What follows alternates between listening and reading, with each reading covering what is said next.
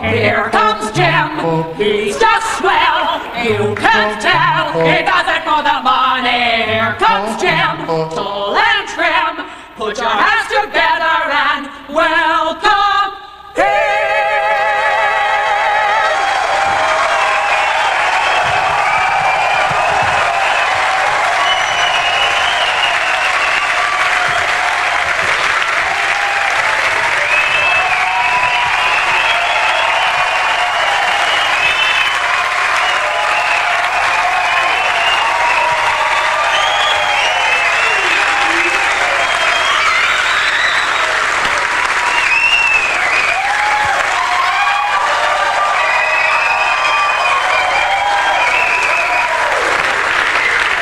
Gym dancers, ladies and gentlemen. Come on, give it up. The gym dancers. Come on, let's hear it. The gym dancers, yeah. The gym dancers, woo!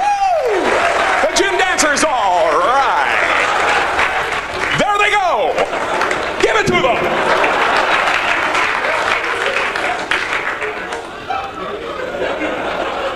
Well, good evening, ladies and gentlemen. My name is Jim Carrey, and how are you this evening? All righty then.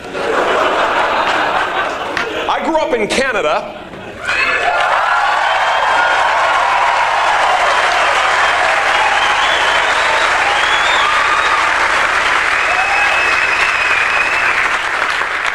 Is there anybody here from Canada?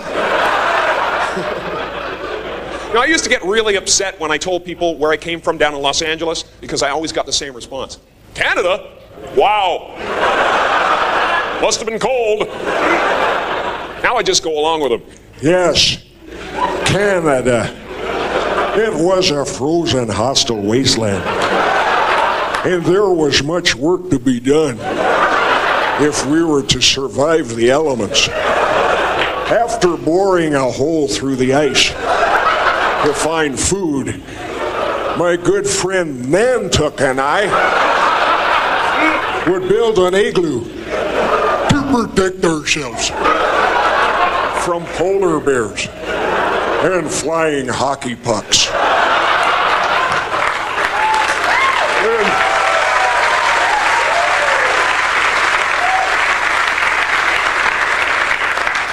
Then we would drink a lot of beer.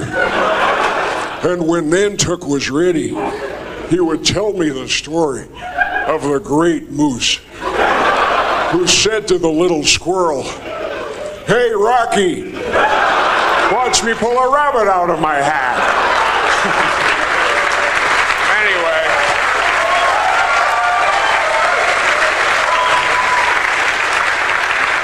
Anyway, I'm here tonight and I feel good. Really good. Excellent. Super. I just want to go.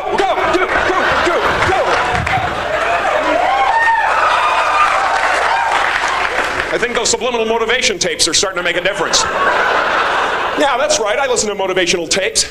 Think I want to get stuck in this dead-end job? No, sorry, not me! I want to do something wonderful. I want to be one of those gospel singers on the PTL Club. Because those guys are just happy no matter what. I think I saw him on the hill the other day. I think I saw him when I watched the children play. But when I opened up my voice to sing in breaks, he ran away, ran away. My singing made sweet Jesus run away. I did not have to wait for judgment day because my singing made the good Lord.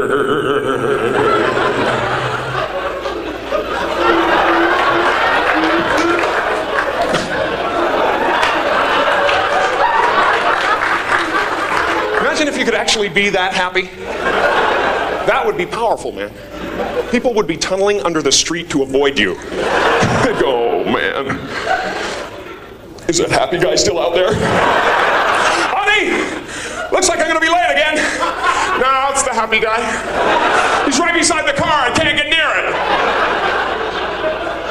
Of course, if I wanted to be that happy, I'd have to forget all of my problems. And the only time I forget all my problems is when I'm right smack dab in the middle of a sexual orgasm. So I have them as often as I can. I'm having one right now. Ever have one of those really smooth orgasms? Turns you into Elvis? I think that's how Elvis got that way, actually. But that's my only escape, you know? Sure, I could go on a vacation, but I'd still be thinking about what I got to do when I come home. See, to me, an orgasm is like a mini vacation. But it's better because you can't think about anything when you're having one. Oh man, I'm way behind in the rent and everything.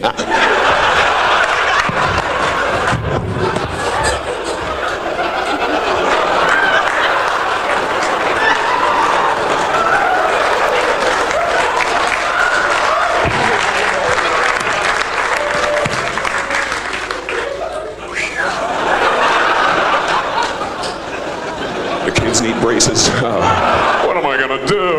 And you're right back into the pain of life, you know? But for 30 seconds, man, you're free. All you can think about is, what the hell am I gonna grab onto? And gee, I hope the person I'm with doesn't do anything stupid, like move. You ever been with somebody who wanted to just keep on moving? I used to keep a brick under my pillow for people like that. It's over, let it go!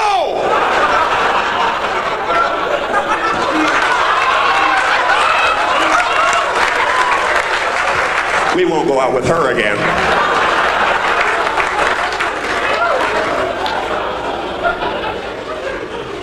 Oh. That's the only time. That's the only time I'm really, truly free.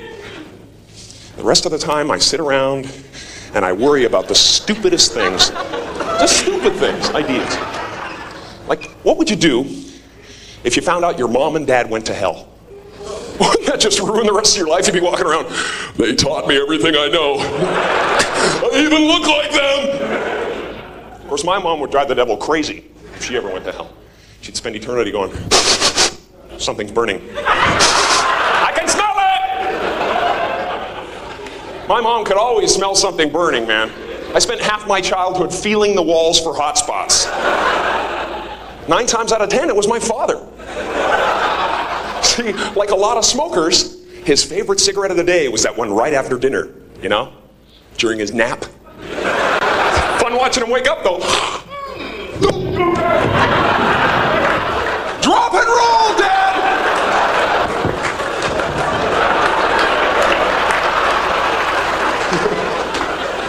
I just worry too much, though. I don't know. Maybe there is nothing to worry about. Maybe there's no actual place called hell. Maybe hell is having to listen to our grandparents breathe through their nose when they're eating a sandwich.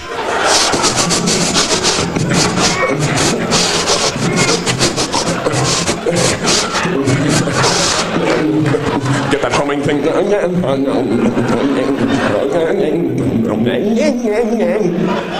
It's not a meal, it's a struggle for life itself. I think I'll make another one. No!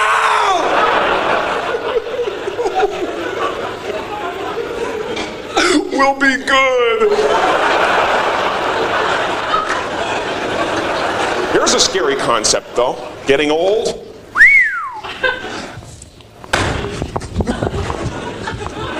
You can't do that. You gotta kiss that stuff goodbye, man.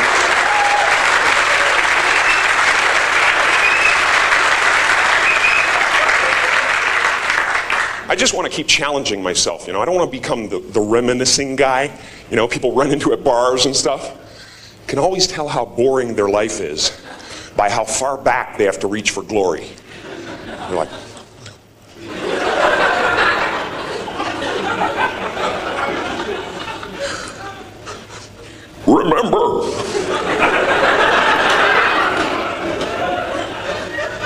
remember how fast I used to be when I was a sperm? I'll never forget the day of the big race. There were millions of us in the field, but I beat them all to fertilize that egg, mister. Back in the cervix, I was seaman first class. Don't want to be like that.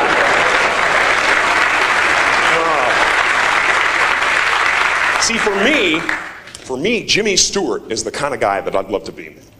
It's very difficult to be that, though, you know? I mean, he's just kind of up here somewhere. And I love him, man. He's a great example of somebody who's had an incredibly productive life. It seems like no matter what happens, no matter how bad things get, Jimmy Stewart can look at it in a positive way. Well, I guess we're going to have ourselves a nuclear holocaust. Well, hey, everybody, come on over to the window.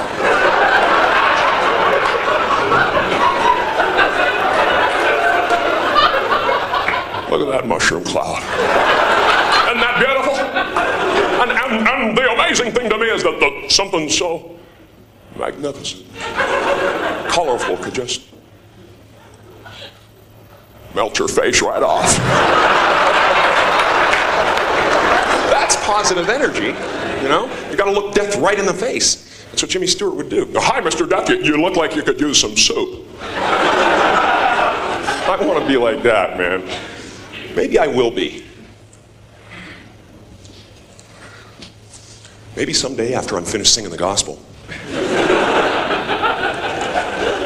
I'll go even further and become a real holy man. And I'm not talking about the kind of holy man you see on TV, those TV evangelists. They're not holy men. They're just ambitious. I saw one guy who was so ambitious, he actually became jealous of the Lord. You could tell, it came out halfway through the sermon. He said, when I was a child, I wanted to be the Savior of the world. Then they told me that Jesus was the Son of God, and I realized it's all who you know. Very petty people, you know? You can't be like that if you want to be a holy man. And you got to be sure of yourself, too. When you make a decision, you cannot waver in any way. You got to stick with it. You never see Gandhi during a hunger strike sneaking into the kitchen in the middle of the night. Gandhi, what are you doing down here? I thought I heard a prowler.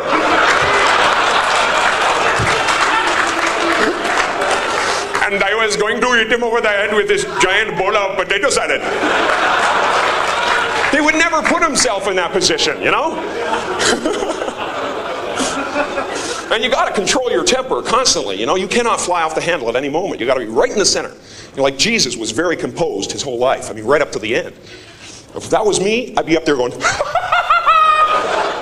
great! Just beautiful! You guys are gonna get it.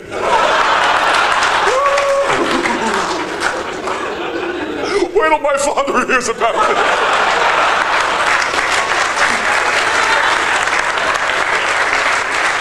That'd be a whole different book, man. Then there are those weird impulses we get constantly, you know? We have to fight them off every day of our lives. Those mad little impulses we get, and everybody gets them too. Like you'll be with a friend, it could be your best friend in the whole world, he's standing about 2 feet away talking to you, and you're thinking, my goodness, I could just fire out and hit him right now. He would never expect it. See, madness is never that far away. It's as close as saying yes to the wrong impulse. The people who stay sane are the people who can make those quick decisions. Should I stick my fingers into the fan? Or leave the room right now? Should I run the blade of this razor across my tongue? Or just finish shaving and move away from the sink? Come on, you're right there. You're like, but you don't, because luckily, most of us have that little voice inside our head that says, turning the car into oncoming traffic is counterproductive. Imagine if we didn't have that voice, man. I wouldn't even be here right now. I'd be in the Shark Tank at SeaWorld. He's got my legs! He's got my legs! We'd be apologizing till the end of time. Hi, how are you? Sorry, man. You guys enjoying the show? Wow, excuse me. Jeez. Sorry about that. It just came into my head and I made a decision. I don't know. It's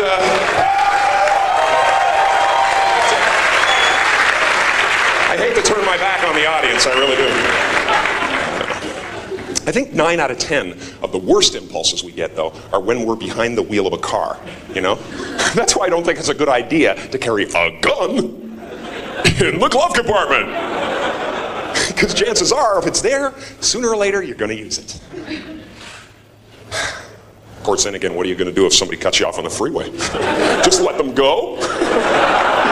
You pretty much have to shoot them, you know? Otherwise, they won't learn nothing.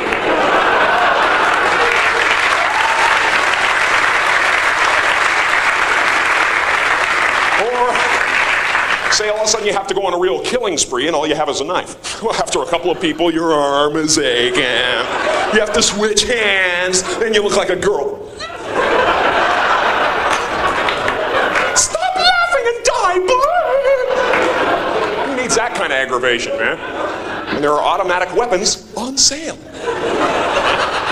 That's why a lot of my friends are taking martial arts classes and stuff like that, which I think is a really good idea. Anybody into martial arts here?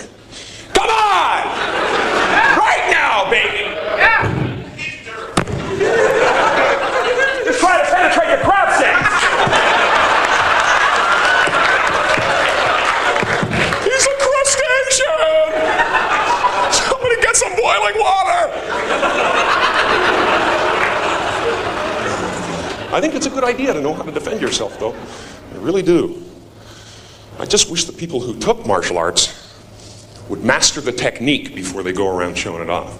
Because it's really annoying when they come up to you and go, "Hey man, I just learned this incredible new move in karate today, but you gotta come at me like this." Gee, is there anything I could do to make it easier for you? Well, maybe I could put my head under the back wheel of your car. Hey! I'm a mugger! Get me in the groin and pull my eyes out! That's how it goes down in the street. That's how it goes down, man. Give me your money. No! All right, then, I'm going to have to stab you. With my right hand in a lunging fashion. Try to keep your weight on the back leg. What world is this? What wonderful world! Gee, he does it all!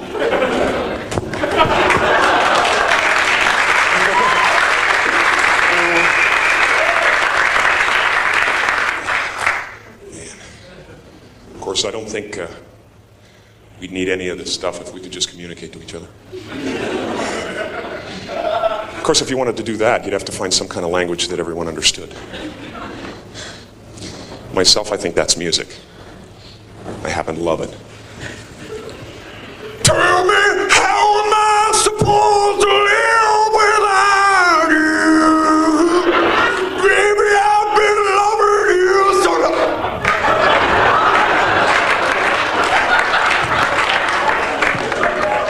What happened to him?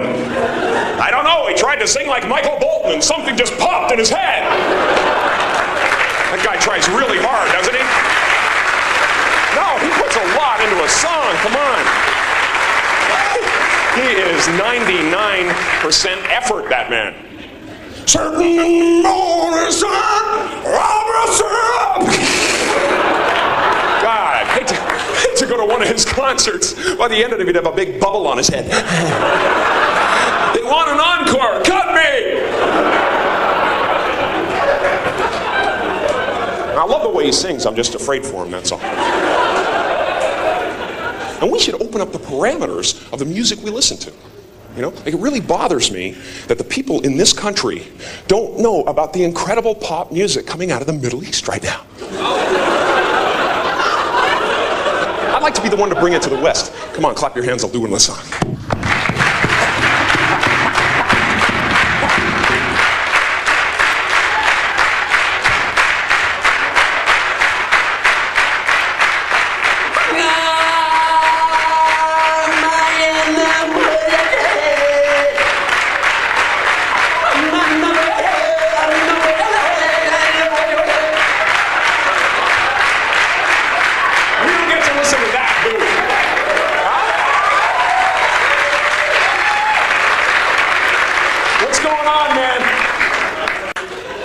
Payola, isn't it? We should try to put ourselves in their shoes for a change. Wake up in the morning, pick the sand out of your teeth, turn on that radio dial.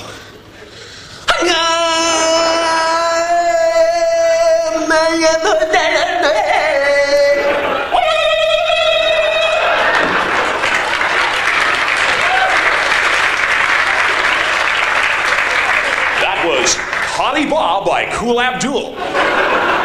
Coming up next on Libya Rap, DJ Jazzy Mahanubar and the Fresh Roughs on Johnny.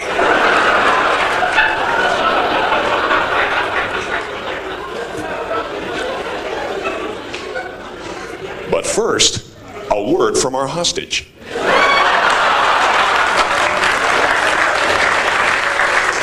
They mean business. Send more guns.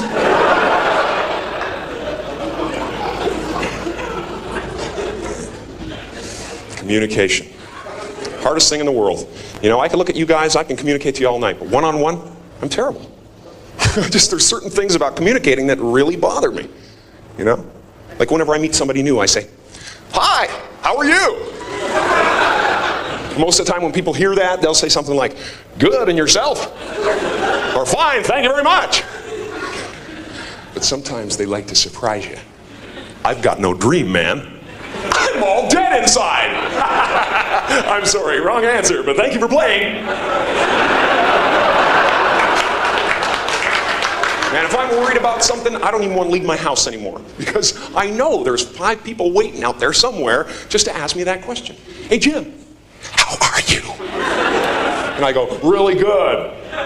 Please look away. Danger, danger, danger." I should change the response or something. You know? How am I? Gee, I don't know. Let me check. I'd like to do a few more tests.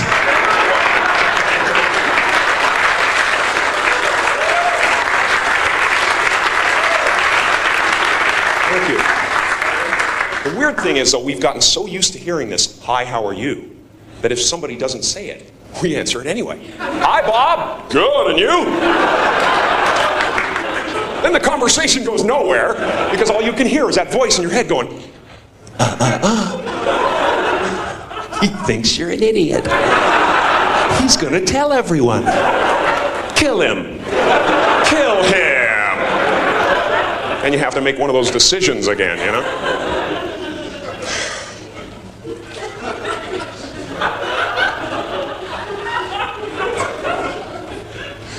See, I think body language is the communication of the future. For instance, if you stand like this, it means, "Hey girls, I'm single and I have a curvature of the spine." You gotta put it out there, you know? And guys, seriously, the walk is everything. The walk is the most important element. If you want a whole room full of ladies to know what you want without them getting the wrong idea, walk into a singles bar like this.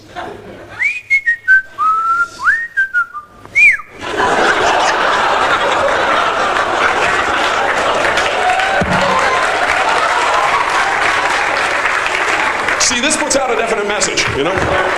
It says, "Listen,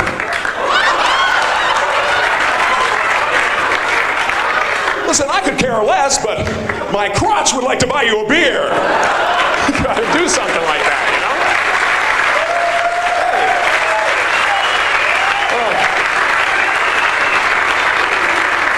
Believe me, these days women have heard every line there is to say.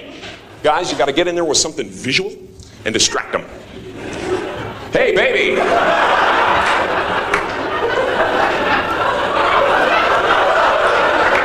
Come here for a second.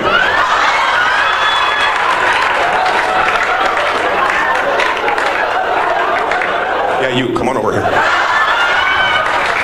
Listen,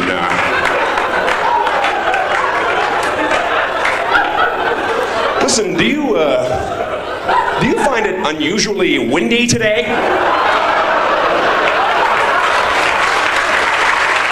Thank you very much. You guys have been great. Had a wonderful time. Thank you.